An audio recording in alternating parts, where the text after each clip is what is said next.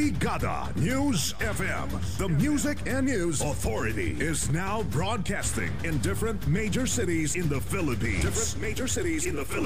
Brigada News FM National 93.1. Brigada News FM Cebu City 89.5. Brigada News FM General Santos City 93.1. Brigada News FM Zamboanga City 88.3. Brigada News FM Cotabato City 89.3. Brigada News FM Toledo City 103.1. Brigada News FM Puerto Princesa Palawan 88.5. Brigada News FM San Carlos City Negros Occidental 95.7. Brigada News FM Coronadal City 99.3. Brigada News FM Calibo Aklan 102.9. Brigada News FM Daet Camarines Norte 102.5. Brigada News FM Cagayan de Oro 97.5. Brigada News FM Kidapawan City 102.9. Brigada News FM Tacloban City. Soon to air. Brigada News FM radio stations that will embrace and hit the airwaves in other cities in the country. 93.5. Brigada News FM Olongapo City 107.3. Brigada News FM Rojas City Capiz 95.1. Brigada News FM Iligan City 92.9. Brigada News FM Kawayan City Isabela 92.5. Brigada News FM Tuguegarao City 90.9. Brigada News FM Bogo City. Brigada News FM Davao City. Brigada News FM Butuan City. Brigada News FM Surigao City. Brigada News FM Valencia City Bukidnon. Brigada News FM Dumaguete City. Brigada News FM Bacolod City. Brigada News FM Iloilo City. Brigada News FM Baguio City. Brigada News FM, the Music and News Authority. Brigada Mass Media Corporation, now invading the nationwide broadcasting scene. And will soon have its mark in Philippine radio.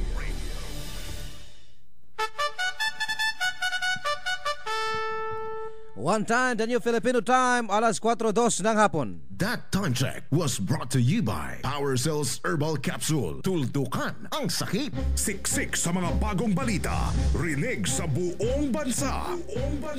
Narito na ang Brigada Balita Nationwide sa hapon. Mula sa Brigada National Headquarters, narito sina Sandy Madarcos at Luna Agimat. Ang programang ito ay hatid sa inyo ng Power Cells Herbal Capsule. Tuldukan ang sakit. Siksik sa mga bagong balita. Brigada Balita Nationwide. Brigada News Headlines. Sa ating mga headlines, administrasyon hindi kayang pigilan ang mga nagsusulong ng second term ni Pinoy. German fiancé ni Jennifer Laude malabong makakauwi hanggang Undas. Representative Colmenares, binanata ni Rojas sa issue ng DILG 2016 budget. Rehab project sa Yolanda affected areas tatapusin ngayong 2014. Hepe ng Davao City PNP inireklamo ng pang-aabuso sa DOJ. Magandang hapon mga kabrigada, hatid ng Brigada News FM Philippines, ang Brigada Balita Nationwide mula dito sa Brigada National Headquarters. Kami ang inyong mga tagahatid balita. Brigada Luna Agimat at Brigada Sandy Madarcos. Araw ngayon ng Miyerkules, October 29, 2014. 57 days na lang mga kabrigada, Pasko na. Dumako na tayo sa detalye ng ating mga balita. Brigada National! Ang bahaging ito ay hatid sa inyo ng Power Cells Herbal Capsule. Tuldukan ang sakit. Sa detalye ng ating balitang nasyonal, hindi na kailangang sabihan ng ang mga kalyado ni Pangulong Benigno Aquino na tigilan na ang pag-uudyok at pagsusulong ng kanyang ikalawang termino. Ito ang tugon ng palasyo nang matanong kung pipigilan ba nito ang mga kalyado na nag-uudyok kay Pangulong Aquino para sa extension ng termino. Sinabi ni Presidential Spokesman Edwin Lasierda na sa pagkakalam niya ay kusa nang iniatras ni Caloocan Congressman Edgar Irize ang kanyang resolusyon para magkaroon ng second term si Pangulo Aquino. Matatandaan na inihayag ni Pangulo Aquino na ayaw na niya ng ikalawang termino, pero wala siyang binanggit kung magpapalabas siya ng official notice sa mga kalyado para hindi na siya isulong pa. Samantala, muli na namang nakatikim ng pasimpleng banat ni Pangulong Benigno Aquino III ang mga nakalipas na administrasyon sa 45th AFP Sergeant Major and 19th Non-Commissioned Officers Day sa Palasyo ng Malacanang. Sinabi ni Pangulong Aquino na sa mahigit 4 na taon ng kanyang administrasyon, mayroon ng 44 completed projects para sa AFP Modernization Program, habang ang nakalipas na 3 administrasyon, kabilang na ang Ramos, Estrada at Arroyo regime, ay mayroon lamang 45 sa kabuuan mula noong 1995. Ipinagmalaki ni Pangulong Aquino ang pagtaas ng budget hindi lang ng AFP kundi ng iba't ibang ahensya, kung saan wala ding pagtaas ng buwis na nangyari maliban sa sin taxes na ang layon lang ay mabawasan ang pagkonsumo sana ng mga bisyo tulad ng sigarilyo at alak. Binigyan din ni Pinoy na kabilang o bilang bahagi ng kanyang daang matuwid, sisikapin ng administrasyon na magamit din sa tama ang mga nalikom na pondo, habang binanata naman niya ang mga tiwala sa pahayag niyang marami ang tiwali na talagang mahirap nang patinuin. Samantala, malabo pa umanong makauwi hanggang sa undas ang German fiancé ni Jennifer Laude na si Mark Susselbeck na naharap ngayon sa deportation case sa Bureau of Immigration. Ayon kay BI Commissioner Siegfried Mison, tumatagal kasi ng 1 buwan ang proseso kung kaya't matatagalan pa ang pag-uwi ni Susselbeck.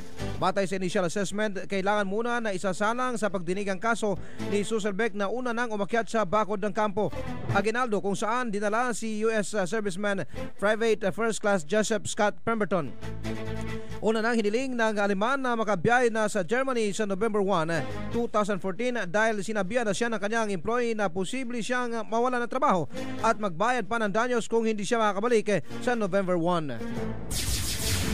Sa kaugnay na balita, kaagad umanong maglalabas ng desisyon ang Bureau of Immigration hinggil sa inihaing motion for voluntary deportation ng kampo ni Mark Susselbeck, ang German fiancé ni Jennifer Laude na sinasabing pinatay ng US serviceman na si Private First Class Joseph Scott Pemberton.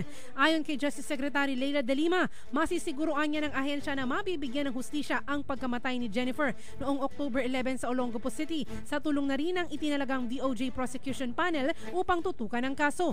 Wala rin umanong dapat na ikabahala ang pamilya Laude sa naging hakbang ng gobyerno laban kay Pemberton dahil ito umano ay naaayon naman sa proseso ng batas. Sa usapin naman ng deportation case ni Susselbeck, sinabi naman ng kalihim ng BI na ang BI na ang bahala na magsagawa ng masusing pag-aaral hinggil sa nagawang pagkakamali ng Aleman na umakyat ng bakod sa Campo Aguinaldo.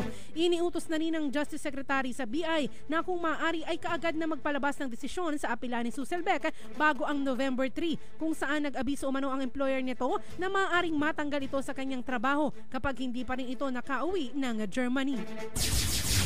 Samantala, pinayuhan Internal Secretary Mar Rojas si Bayan Mona Representative Derek Colmenares na igihan muna nito ang mahawak nitong detalye hinggil sa sinasabi nitong insertion sa hininging budget o pag-aralan muna nito ang mga hawak nitong detalye hinggil sa sinasabi nitong insertion sa hininging budget ng DILG para sa susunod na taon. Inihayag ni Secretary Rojas na walang katotohanan ng bintang ni Colmenares na magkakaroon ng karagdagang 423 billion ang DILG sa susunod na taon sakaling inaprubahan ang 269 na ng erata sa 2016 national budget. Sinabi ng kalihim, kilala nito si Colmenares kaya't hindi na siya nagulat sa mga naging pahayag nito at may karapatan din umano ang mambabatas na maglabas ng kanyang opinyon. Kaugnay nito, hiniling ni Rojas dapat sana'y suriin munang mabuti ni Colmenares ang mga hawak nitong facts bago magsalita.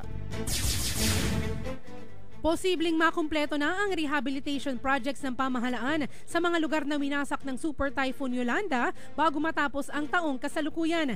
Ayon kay DILG Secretary Mar Rojas, sa ngayon ay nasa 85% na ang rehabilitation program ang nakukumpleto mula sa 2 billion pesos na pondo na naunang ipinalabas noong isang taon. Samantalang may panibagang 2 billion pesos naman na ipinalabas nitong nagdaang buwan ng Mayo. Inihayag ni Rojas, maglalabas din ang Office of the Presidential Advisor on Rehabilitation and Reconstruction ng detalyadong ulat hinggil sa pinaglaanan nila ng nasabing pondo. Samantala, issue sa pangalawang Pangulo. Update. Pag-uusapan pa umano ng kampo ni Vice President Gigi Binay ang formal invitation ng Senate Blue Ribbon Committee para parapin ito sa gagawing investigasyon sa susunod na linggo. Kaugnay sa umano'y manumalyang mga proyekto sa lungsod ng Makati. Sa isang pahayag, ginumpirma ni Cavite Governor Jervic Remulla na kanila nang natanggap ang sulat ni Committee Chairman Senator Chofesto Gingona III kung saan pinapaharap ang pangalawang Pangulo sa gagawing public hearing sa November 6, 2014, bandang alas 10 ng umaga. Para maliwanagan daw ang kaugnay sa isyo sa sulat at tiniyak din ni Gingona na igagawad nila sa Vice Presidente ang kaukulang kortesiya para dito. Ayon kay Remulla, kasalukuyang nasa Bicol Region ngayon ang pangalawang Pangulo at inaasahan umanong pag-uusapan nila ang imbitasyon ng Senado pagbalik nito.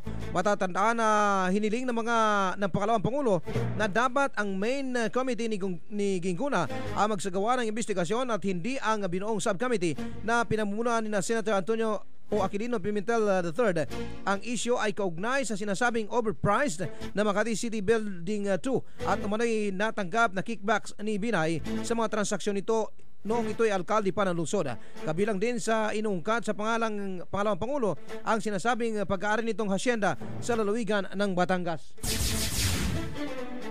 Samantala, Senado hindi kayang diktahan ayon sa palasyo. Ang report ihatid sa atin ni Brigada Leo Malikdem live mula sa palasyo ng Malacanang. Brigada Leo, i-brigada mo! Brigada Live Report! Dumistansyang Malacanang sa hirit ni una spokesman Attorney J.V. Bautista na dapat nang itigil ang investigasyon kay Vice President Jejomar Binay dahil mas maraming problema ang bansa na dapat asikasuhin. Sinabi ni Presidential Spokesman Edwin Lasierda na hindi nila kayang diktahan ang mga senador kung ano at sino ang dapat imbestigahan tulad na lamang sa nakalipas na mga anomalya at issue. Ayon kay Lasierda, sinisikap naman ng administrasyon na tugunan ang mga problemang hinaharap ng bansa gaya ng paghahanda sa posibleng pagpasok ng Ebola virus sa bansa at ang balitang recruitment sa ilang kabataan sa Mindanao para maging ISIS fighter. Una kasi dito ay nagpahayag si Attorney Bautista na dapat isentro na lamang ng gobyerno ang atensyon sa mga problemang tulad ng Ebola, ISIS at maraming iba pa. Mula sa Palasyo ng Malacanang para sa Brigada Balita Nationwide, Brigada Leo Navarro Malikdem, Brigada News. Ipinagharap ng reklamo sa DOJ ng kanyang misis ang hepe ng Davao City Police na si Senior Superintendent Vicente Danao Jr. dahil sa pang-aabuso umano sa asawa at mga anak. Sa 12 pages na complaint affidavit ni Susie Danao, paglabag sa Republic Act 9262 o Anti-Violence Against Women and Children Act ang ikinaso laban sa asawa. Ito ay dahil sa dinanas niya at ng kanyang minor de edad na anak na physical, psychological at economic abuse mula taong 2002 hanggang 2013. Ayon kay Mrs. Danao, nangangamba siya na kapag nagpatuloy ang pananakit at marital infidelity ng kanyang mister ay masisira ang kinabukasan ng kanilang mga anak na pinagsisikapang mapabuti bilang OFW. Sinabi naman ni Gabriela Women's Party List Representative Luz Veminda Ilagan na kasama ni Danao na naghain ng reklamo, dapat mapanagot ang hepe dahil ang karahasan ay isang krimen at hindi lang domestic o administrative issue. Samantala mga kabrigada, ilang araw ka na bang hindi mapakali kapatid? Kuya, tatay, lolo na gusto pang maglabing-labing at lagi yung iniisip mo performance na hindi maisantabi. Yun, no? Tipong hindi mo na kailangan mga labit pa. Alam mo ba kung anong paraan dyan? Ano? Alam nyo ba na dahil hihiga ka pa lang ready na kaagad siya. Di ba ang ganda? Ang sarap magtitingin na lang, gano'n? Hindi. Pag nakahiga, siyempre pagka ready kitang-kita mo na palaban ka ramdam mo. Prepared na prepared. Pero kung merong mga hindi mapakali at hindi sila kontento, bakit ganun ang performance nila? May problema sila. Pero ito may solusyon. Dahil dapat subukan nyo pong uminom ng DriveMax Dietary Supplement Capsule para sa magdamagang walang pahinga. Ayun palang hinahanap mo di mag-DriveMax ka, di ba? Ito muna. Dahil taglay nito, tong Katali Ginseng at Kenko Biloba na tiyak itong epektibo at titig mo pa lang, alam na niya. Yun, no? Kaya saan ka pa? Para sa performance na tatagal, mag-DriveMax Herbal Dietary Supplement Capsule. Available na ho yan mga kabrigada sa lahat ng mga leading drugstores nationwide. One time, the New Filipino Time, alas 4:14 ng hapon. That time check was brought to you by DriveMax Adult Herbal Capsule. Tatagal ka ba? Kataw, anak!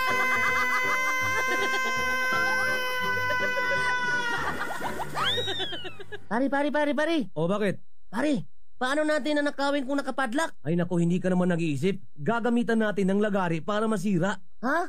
Ganun ba? Hindi naman pala nakapadlock Ay nako, hindi ka ba naman nag-iisip? Idi ilak mo muna para lagariin natin. Tapos, saka natin nakawin. Ay! Okay kayo! Kailangan mong kumayod ng kumayod ng kumayod. Kaya naman, palagi kang pagod. Pagod.